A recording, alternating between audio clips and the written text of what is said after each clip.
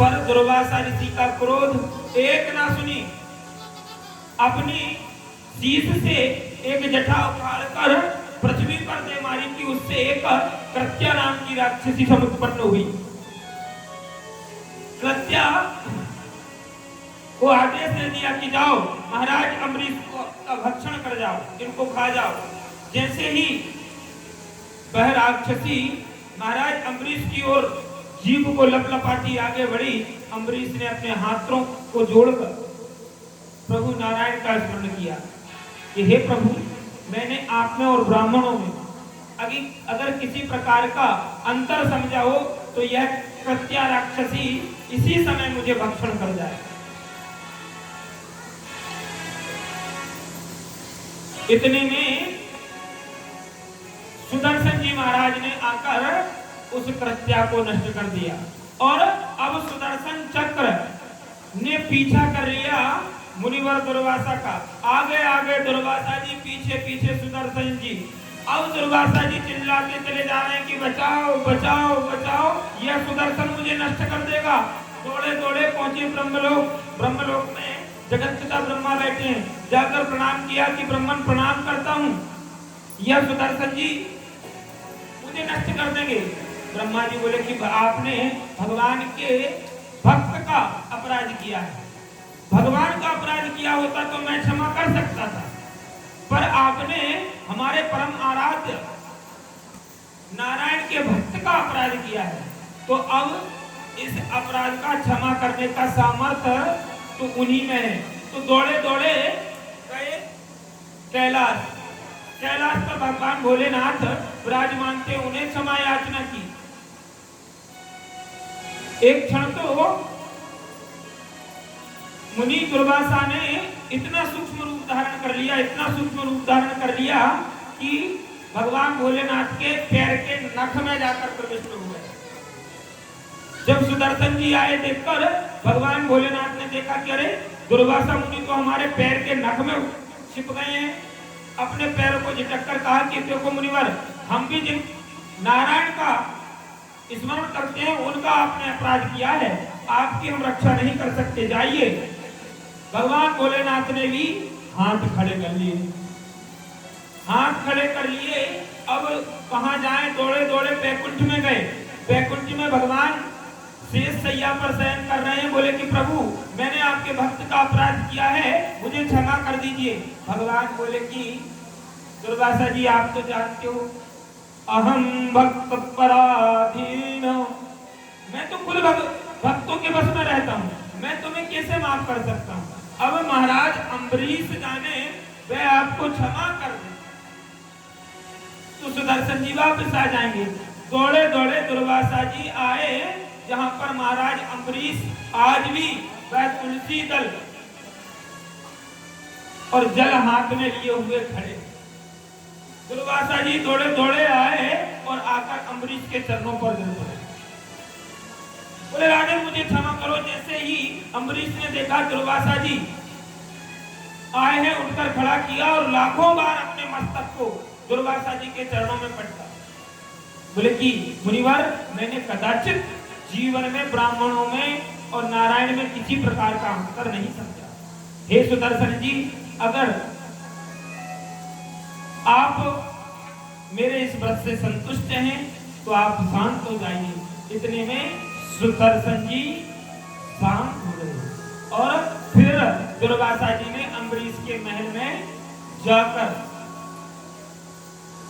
व्रत का पारायण किया। बोलिए वृंदावन बिहारी लाल की जय। सूर्यवंश के प्रतापी राजा में युवनाश्व नाम के राजा हुए।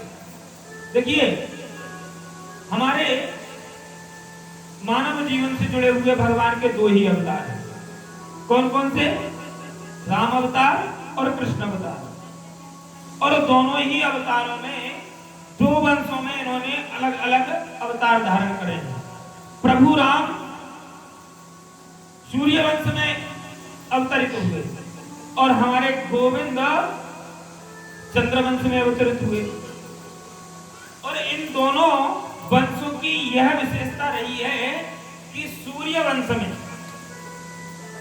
सूर्यवंश को ही हम रघुवंश कहते हैं, क्योंकि एक रघु नाम के राजा थे, उनकी कीर्ति इतनी फैली कि यह सूर्यवंश रघुवंश के नाम से विख्यात हो गया।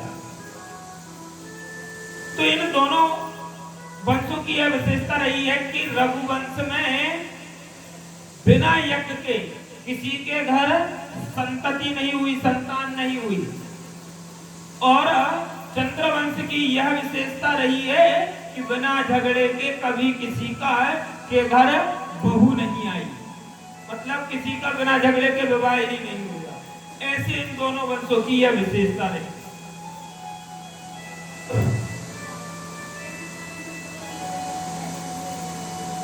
आगे चलकर एक राजा हुआ युवनाश, और युवनाश नाम के हुए मानदाता के मुचकुंद, और मुचकुंद के यहाँ भी कोई संतान नहीं हुई। वशिष्ठ जी ने वहां पर भी पुत्र कामेष्टि यज्ञ किया। फिर सगर हुए, सगर के दो पत्नियां हैं, एक का नाम है सुमति और दूसरी का नाम है केसनी। केसनी के हुए असमंजस, और सुमति ने एक मांस पिंड को जन्म दिया। राजा ने देखा कि मेरी पत्नी ने मांस पिंड को जन्म दिया है, तो महाराज सगर ने अपनी तलवार को निकालकर उस मांस पिंड के 60,000 टुकड़े कर दिए। पर गुरुदेव वशिष्ठ ने अपनी मंत्र शक्ति के द्वारा उन 60,000 टुकड़ों को बालकों में परिवर्तित कर दिया। और इन्हीं महाराज सगर ने जब अश्वमेध यज्ञ किया तो यज्ञ का घोड़ा इंद्र चुरा कर ले गए।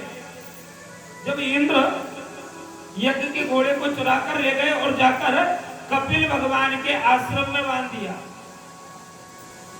और सगर के पुत्रों ने घोड़े को इतना ढूंढा, इस पृथ्वी को इतना खोदा कि जिसे हम आज समुद्र कहते हैं उसका नाम एक सागर भी, इतना खोद दिया कि सागर बन गया। तभी से समुद्र का नाम सागर पड़ गया। प्रेम से बोलिए वृंदावन बिहारी लाल की जय। और जब यह सगर के पुत्र जब कपिल मुनि के आश्रम में यज्ञ के घोड़े को बंधा देखा, तो उन्होंने चोर समझकर जो ही कपिल मुनि को पकड़ने के लिए गए, मुनि ने अपने नेत्रों को जैसे ही खोला, सभी 60,000 पुत्र भस्मीभूत हो गए। इन्हीं पुत्रों को तारने के लिए भगीरथ ने तपस्या की।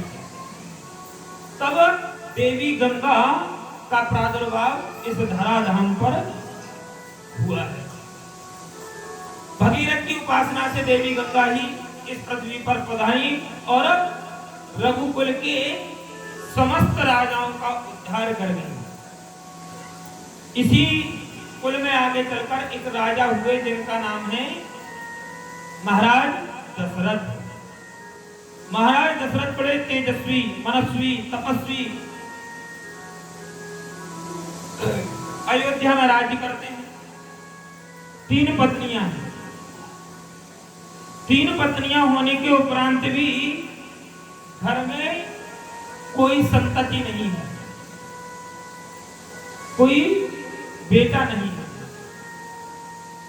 केवल भगवान से यही प्रार्थना करते रहते हैं कि भगवान आपने सब कुछ दिया, पर एक आध पुत्र तो देते। मुझे तुमने दाता बहुत कुछ दिया है, तेरा शुक्रिया है, तेरा शुक्रिया। मुझे तुमने दाता बहुत कुछ दिया है, मुझे तुमने दाता बहुत कुछ दिया है, तेरा शुक्रिया है, तेरा शुक्रिया है, तेरा शुक्रिया है, तेरा शुक्रिया।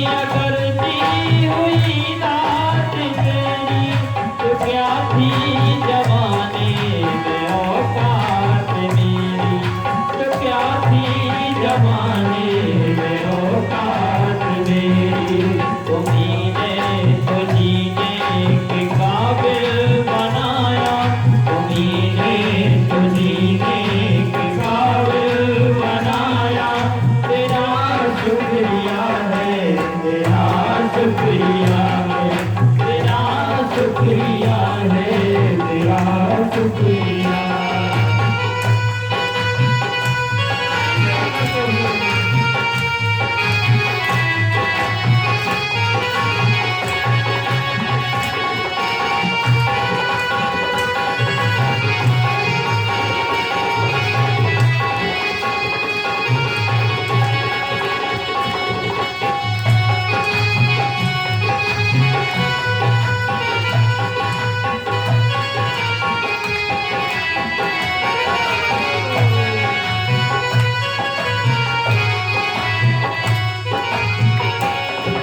मुझे है सहारा तेरी बंदगी का, मुझे है सहारा तेरी बंदगी का।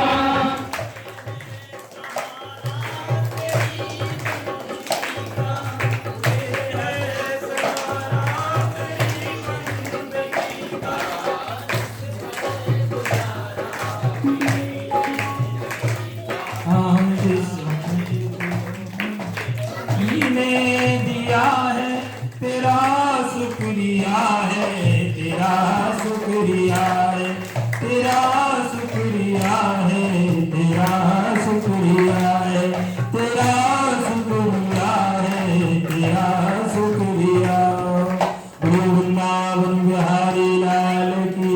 केवल एक बात का ही दुख, एक ही बात का दुख, महाराज दशरथ को कि घर में कोई संतति नहीं।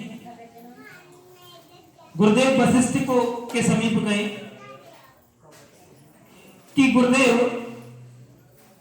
ऐसा कोई मार्ग बताएं कि जिससे मेरे घर भी उत्तम संतति का जन्म हो। देखिए, गुरु वही श्रेष्ठ होता है कि जिसके शिष्य के जीवन में संकट आए और वह अपने शिष्य के संकट को टालने के लिए प्रयत्नशील हो जाए, वही गुरु श्रेष्ठ होता है। महाराज शुक्राचार्य जब जब दानवों के जीवन में संकट आया, हर क्षण ढाल बनकर उनके समक्ष खड़े रहे। आज दशरथ जी के घर कोई संतति नहीं है, वशिष्ठ जी उपस्थित हैं और पुत्र कामेष्टि यज्ञ के लिए राजा से कहा। पुत्र कामेष्टि यज्ञ किया गया। पुत्र कामेष्टि यज्ञ के प्रभाव से अग्निदेव एक यज्ञ कुंड से चुरू लेकर उपस्थित हुए और लाकर महाराज दशरथ को प्रदान किया। और गुरुदेव वशिष्ठ ने कहा कि एक भाग महारानी कौशल्या को और आधे भाग के 2 हिस्से बनाकर कैकेयी आदि रानियों को, दोनों रानियों को आप इन्हें पवा दीजिए। निश्चित ही आपके घर उत्तम संतति का जन्म होगा। अब धीरे धीरे कालांतर में 9 मास व्यतीत हो गए। अब आ रहा है चैत्र का महीना। चैत्र का महीना आया, नौमी तिथि आई। नौमी तिथि मधुमास पुनीता, शुक्ल पक्ष अभिजित हरि प्रीता। चैत्र के मास में शुक्ल पक्ष की नौमी तिथि को अभिजित मुहूर्त में दिन के ठीक 12 बजे हमारे भगवान प्रकट हो गए। कहां? जहां माता कौशल्या का कक्ष था। माता कौशल्या के कक्ष में भगवान प्रकट हो गए। कैसे भगवान प्रकट हुए? सशंक चक्रम सकिरीट कुंडलम सपीत वत्सम सरिसारुहेक्षणम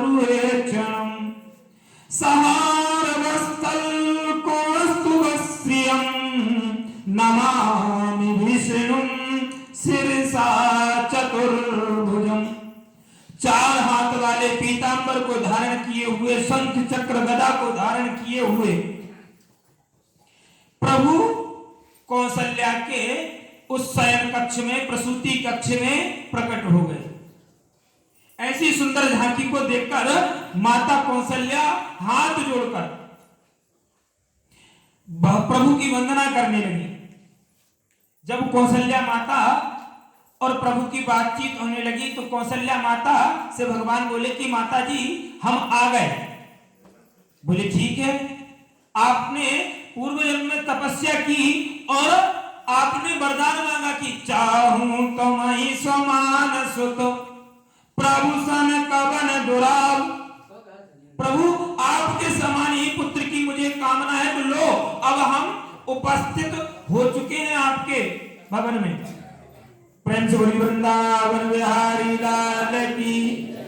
बोले कि अच्छा हमने क्या कहा था? कौशल्या जी बोली भगवान से, बोले कि आपने कहा था कि हम आपके समान बेटा चाहते हैं, आपको बेटा के रूप में चाहते हैं।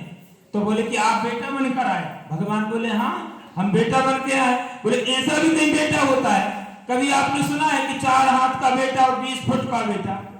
कभी इतना बड़ा बेटा किसी को हुआ है?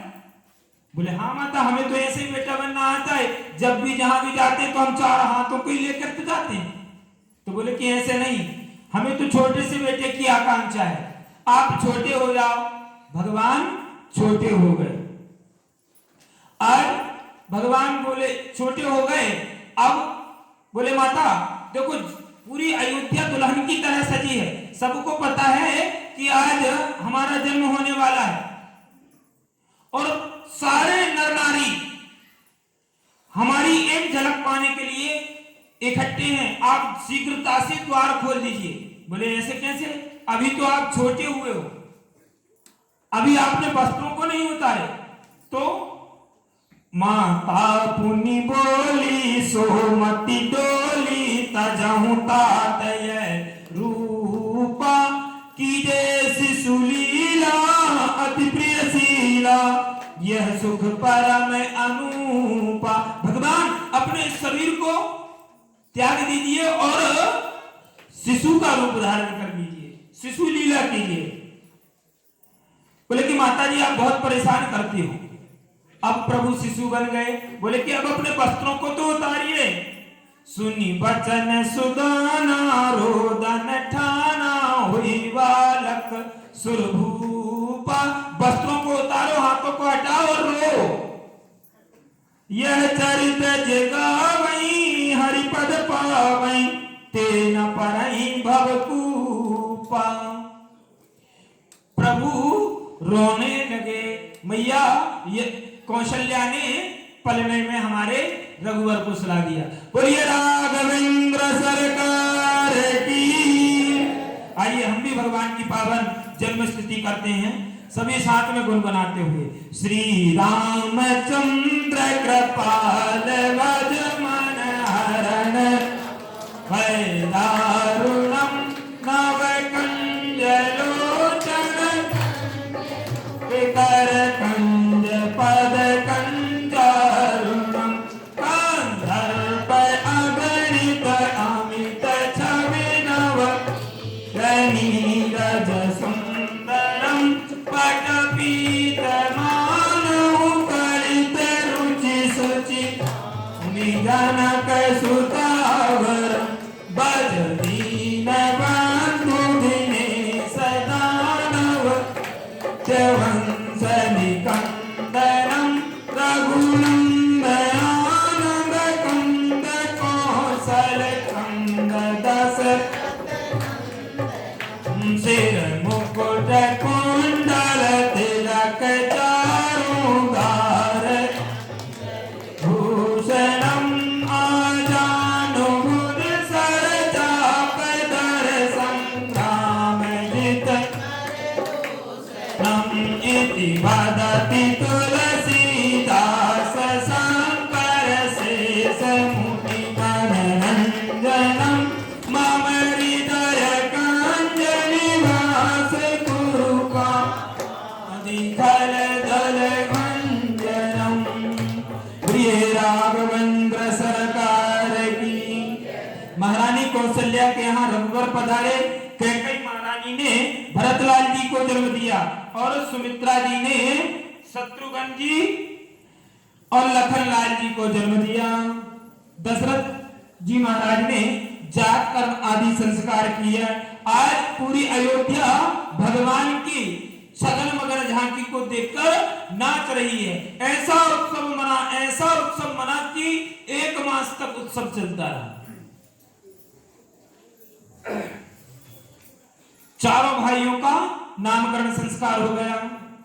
जो आनंद सिंधु सुख राशि सी करते त्रैलोक सुपासी, जो सुखदाम राम असनामा अखिल लोकदायक विश्रामा। हमारे रघुवर का नाम राम रखा गया। विश्व भरण पोषण कर जोई, ताकर नाम भरत अस होई। जो विश्व का पालन पोषण करने में सामर्थ्यवान है, ऐसे पुत्र का नाम भरत रखा गया। जाके सुयूरन तेरी पूनासा, नाम शत्रुघ्न वेद प्रकाशा। शत्रुघ्न, जिनके नाम को सुनते ही बड़े बड़े शत्रु को पसीने छूट जाएं, बड़े बड़े शत्रु डरकर भाग जाएं, उनका नाम शत्रुघ्न रखा गया। अब एक रह गए, 3 का नामकरण संस्कार हो गया। लक्ष्मण धाम सुराम प्रिय, सकल जगत आधार, गुरु वशिष्ठ ते ही राखियो, लक्ष्मण नाम उदार। गुरु वशिष्ठ ने चारों भाइयों का नामकरण संस्कार कर दिया। लक्ष्मण, देखिए लक्ष्मण का अगर वास्तव में अगर अर्थ निकालें तो जो लक्षणों के धाम हैं वही हमारे लक्ष्मण हैं। यह कोई और नहीं, हमारे प्रभु रघुवर के अंश अवतार शेष नाग अवतार हैं। शेष, साक्षात शेष लक्ष्मण जी महाराज। जैसे ही प्रभु का अवतार हुआ, कैलाश से भगवान भोलेनाथ आ गए और बस यही प्रयत्न में है कि एक बार प्रभु की झांकी के दर्शन हो जाए। पर भगवान भोलेनाथ के ऐसे विकट स्वरूप को देखकर कौन महल में घुसने दे, और वहां पर नृत्य करने लगे। जैसे ही नृत्य किया, हमारे रघुवर ने भी लीला संपन्न कर दी और रोने लगे। और जब रोए तो झाड़ने के लिए भगवान भोलेनाथ पहुंचे, झाड़ा देने के लिए, तब हमारे रघुवर शांत हुए। दोनों सभी पुत्र एक साथ किलोल कर रहे हैं। आज दशरथ के आनंद का पारावार ना रहा।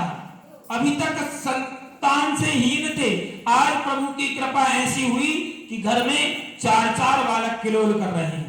प्रेम से बोलिए राघवेंद्र सरकार की। धीरे धीरे बड़े हो रहे हैं और इतने में आ गए विश्वामित्र जी। महाराज दशरथ से कहा कि देखो, हम लोग वन में रहते हैं और वन में तपस्या करते हैं, और वन में बड़े बड़े दानव आकर हमें तपस्या में विघ्न उत्पन्न करते हैं। मैंने सुना है कि आपके पुत्र राम धनुर्विद्या में बड़े प्रवीण हैं, मैं उन्हें लेने के लिए आया।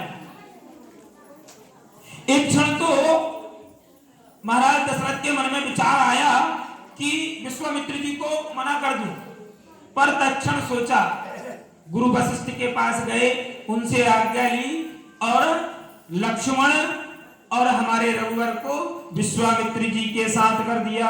यो लोक वीर समितौ धनुर्यस्य सीता स्वयंवर ग्रहे, सितोपापनीताय आदाय बलगांजलिं।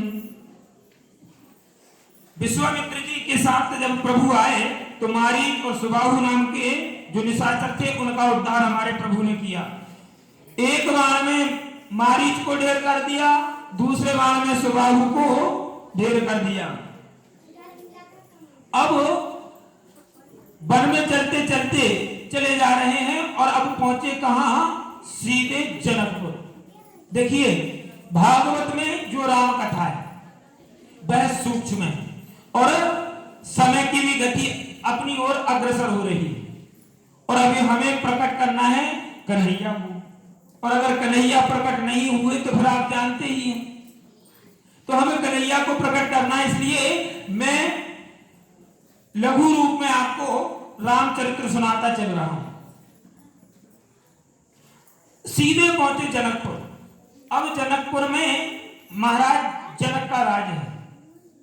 जब ये संसार के समस्त राजा हैं, पर जनक ही एक ऐसे राजा हैं जिन्हें राज ऋषि की उपाधि प्राप्त है, राजर्षि कहा जाता है। महाराज जनक क्योंकि नीति शास्त्र के बहुत बड़े ज्ञाता हैं, इसलिए उन्हें राजर्षि कहा जाता है। राजर्षि जनक ने आज प्रण किया है कि मेरी कन्या का विवाह मैं उसी पुरुष के साथ करूंगा कि जिस पुरुष ने इस धनुष को जो तोड़ दे। यह धनुष कहां से प्राप्त हुआ? भगवान शिव की उपासना के उपरांत भगवान शिव ने यह धनुष दिया और कहा कि राजन यह धनुष ले लीजिए। आज उसी धनुष को तोड़ने के लिए महाराज जनक ने प्रण किया कि जो कोई इस धनुष को तोड़ देगा, इसकी प्रत्यंचा को चढ़ा देगा, मैं उसी को अपनी सौभाग्यवती सौभाग्यकांक्षी कन्या का दान कर दूंगा। बोलिए वृंदावन की। देखिए अब हम भी उस अद्भुत झांकी की ओर चलते हैं जहां पर भगवान का मंगल में पानी ग्रहण हो रहा है, अर्थात विवाह की तैयारियां चल रही हैं, स्वयंवर हो रहा है।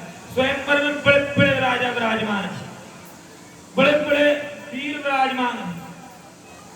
एक एक करके राजा जाते पर उस शिव धनुष को जरा भी हिला ना पाते। सबके सब जाते, पहले तो विचार करते हैं कि अरे यूं गए और यूं आए, अब तो जानकी हमारी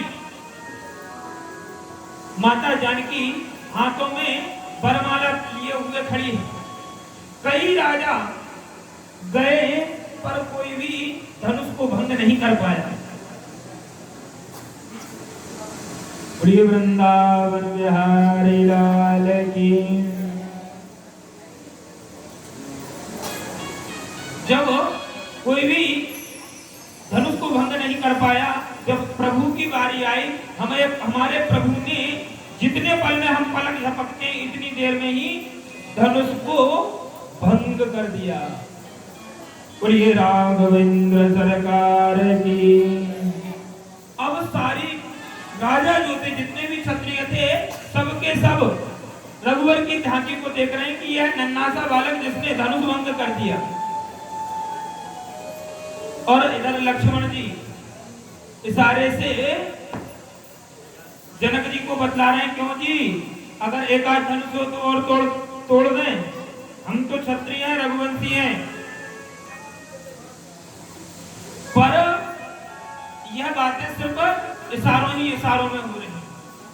माता जानकी जैसे ही रघुवर के गले में माल्यार्पण करने के लिए चली आ रही है, उस अद्भुत छवि को देखकर महाराज जनक के नेत्रों से अश्रु प्रवाहित हुए कि हे भगवान, बड़ी कृपा की कि राम जैसा वर मेरी पुत्री को आज प्राप्त हो रहा है। अरे यह पुत्री मेरे घर में उत्पन्न नहीं हुई है, तो पृथ्वी से मुझे प्राप्त हुई। मेरी पुत्री बड़ी सुकुमारी है। देखो आज मेरी पुत्री तो ऐसी लग रही है कि जैसे साक्षात देवी रमा चली आ रही। बार बार अपनी पुत्री को देखते हुए गदगद हो रहे राजर्षि जनक। धीरे धीरे माता जानकी मंच पर आई। मंच पर रघुवर उपस्थित हैं। जैसे ही मंच पर आई और अपने हाथों को उठाने के लिए माल्यार्पण करना चाह रही थी, तो रघुवर तनकर खड़े हो गए, सीना तान के खड़े हो गए। अब माता जानकी रघुवर से कुछ नीची हैं, तो माल्यार्पण करने में उन्हें बड़ी परेशानी हुई। अब जितनी सखियां थी, वह सखियां बेचारी ने देखा कि जानकी जी को माल्यार्पण करने में बड़ी दिक्कत हो रही है, तो दौड़ी दौड़ी रघुवर के समीप गई। बोले कि जीजाजी थोड़े से झुकिए। भगवान ने कह दिया कि देखो हम क्षत्रिय हैं और रघुवंशी हैं, हम कभी स्त्रियों के समक्ष झुकते नहीं। जैसे ही उन स्त्रियों की बात को उन्होंने सुना तो अब क्या किया जाए?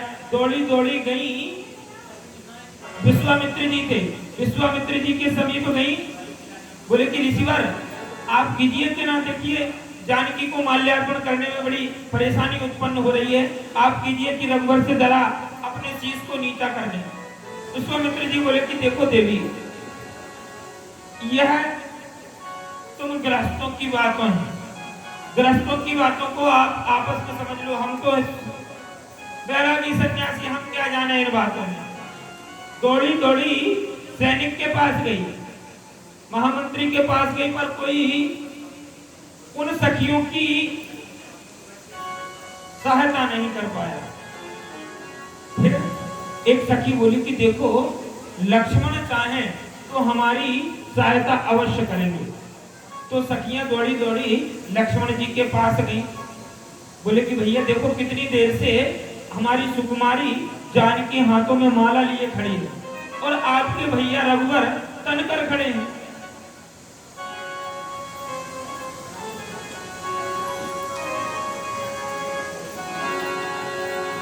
झुक जइयो तनक रघुवीर, लली मेरी छोटी सी।